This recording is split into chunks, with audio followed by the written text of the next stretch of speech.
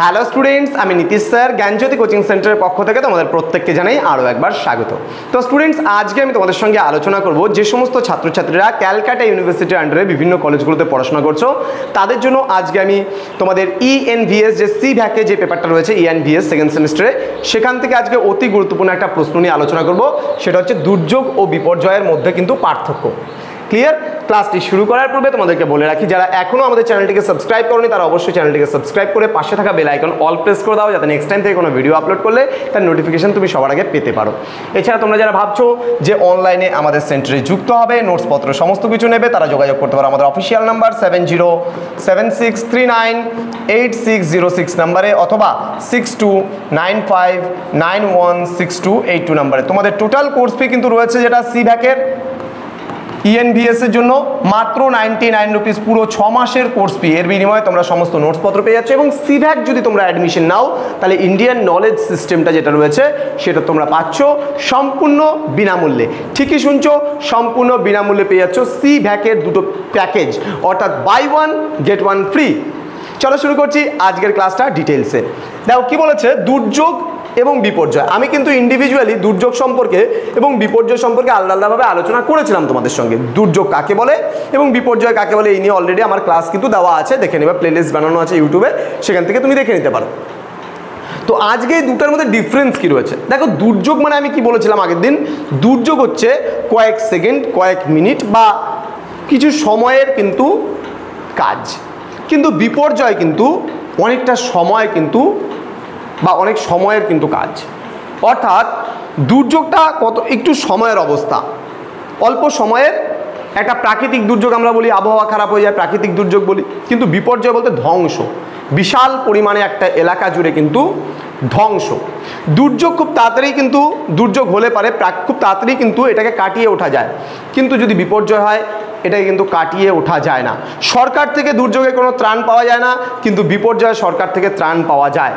ঠিক আছে, তো ডিটেলসে আলোচনা করব। ধারণাটা কি বলছে, অস্বাভাবিক পরিস্থিতি যখন হঠাৎ স্বাভাবিক জীবনযাত্রার ছন্দপতন ঘটায় তখন তাকে দুর্যোগ বলে। অর্থাৎ অস্বাভাবিক পরিস্থিতি যেমন ভূমিকম্প হলো প্রচুর পরিমাণে, আমাদের স্বাভাবিক জীবনযাত্রায় কিছু ব্যাঘাত ঘটাবে, তাহলে সেটা কিন্তু আমাদের বলবো দুর্যোগ। মানে অল্প সময়ের ছন্দ, জীবনযাত্রার ছন্দপতন, মানে একটা জীবনযাত্রা ভালো মতো চলছিল কিন্তু হঠাৎ করে মনে করো ভূমিকম্প, হালকা একটু ভূমিকম্প, মৃদু ভূমিকম্প হলো, ভয় পেয়ে সবাই ঘর থেকে বেরিয়ে এলো, তার মানে তোমার জীবনযাত্রাটা যেভাবে চলছিল একটু স্তব্ধ হয়ে গেল কিছু সময়ের জন্য। কিন্তু দুর্যোগের প্রভাবে ব্যাপক আকারে প্রাণহানি, প্রাকৃতিক ও সাংস্কৃতিক সম্পদ ধ্বংস হওয়াকে বিপর্যয় বলে। বিশাল ভূমিকম্প হলো, বিশাল বড় বড় বিল্ডিং ধসে পড়লো, কিছু মানুষ মারা গেল, ক্ষয়ক্ষতির পরিমাণ প্রচুর হলো, তাহলে সেটা কিন্তু বিপর্যয় বলবে। এবার নিয়ন্ত্রণ কি বলছে, আধুনিক প্রযুক্তি ও পরিকল্পনার সাহায্যে দুর্যোগ কিন্তু নিয়ন্ত্রণ করা যায়, কিন্তু বিপর্যয়কে কিন্তু কোনোভাবেই নিয়ন্ত্রণ করা যায় না। কি বলছে, উপযুক্ত প্রতিরোধ ব্যবস্থার সাহায্যে ক্ষয়ক্ষতির পরিমাণ কিন্তু খালি কমানো যেতে পারে, কিন্তু তাই বলে মানে তার নিয়ন্ত্রণ কিন্তু করা যেতে পারে না। নেক্সট, জীবনযাত্রার উপরে কি প্রভাব পড়ে দেখে নিই আমরা। বলেছে দুর্যোগ জীবনযাত্রাকে রুদ্ধ না করলেও অল্প বিস্তর জীবনযাত্রাকে কিন্তু ব্যাহত করে দেয়। বিপর্যয়ের ফলে কিন্তু স্বাভাবিক জীবনযাত্রা সম্পূর্ণভাবে কিন্তু রুদ্ধ হয়ে যায়। এবার প্রকৃতি, দুর্যোগ ক্ষুদ্র স্কেলে ঘটে থাকে, মানে অল্প এরিয়ায় দুর্যোগ হয়, কিন্তু বিপর্যয় বৃহৎ স্কেলে সংঘটিত, মানে বিশাল এলাকা জুড়ে বা বৃহৎ একটা অঞ্চল জুড়ে কিন্তু হয়ে থাকে। ক্ষয়ক্ষতি, দুর্যোগের সঙ্গে বৃহদাকার ক্ষয়ক্ষতি যুক্ত থাকে না, দুর্যোগে অল্প ক্ষয়ক্ষতির পরিমাণ হয়, কিন্তু কোনো স্থানে বিপর্যয় সংঘটিত হলে প্রাকৃতিক, সাংস্কৃতিক এবং অর্থনৈতিক সম্পদের কিন্তু ব্যাপক হারে ক্ষয়ক্ষতি কিন্তু হবে। উদাহরণ, দুর্যোগের উদাহরণ হলো ধস, মাঝারি তীব্রতার মানে বা তীব্রতর ভূমিকম্প, খরা, শিলাবৃষ্টি প্রভৃতি। অপরদিকে প্রবল গতিবেগ সম্পন্ন ঘূর্ণিঝড়, প্রবল তীব্রতার ভূমিকম্প, পারমাণবিক বোমা বিস্ফোরণ প্রভৃতি হচ্ছে বিপর্যয়ের অন্তর্ভুক্ত। তো স্টুডেন্টস, এই ছিল আজকের ক্লাস, খুব গুরুত্বপূর্ণ একটি ক্লাস, দুর্যোগ ও বিপর্যয়ের মধ্যে পার্থক্য।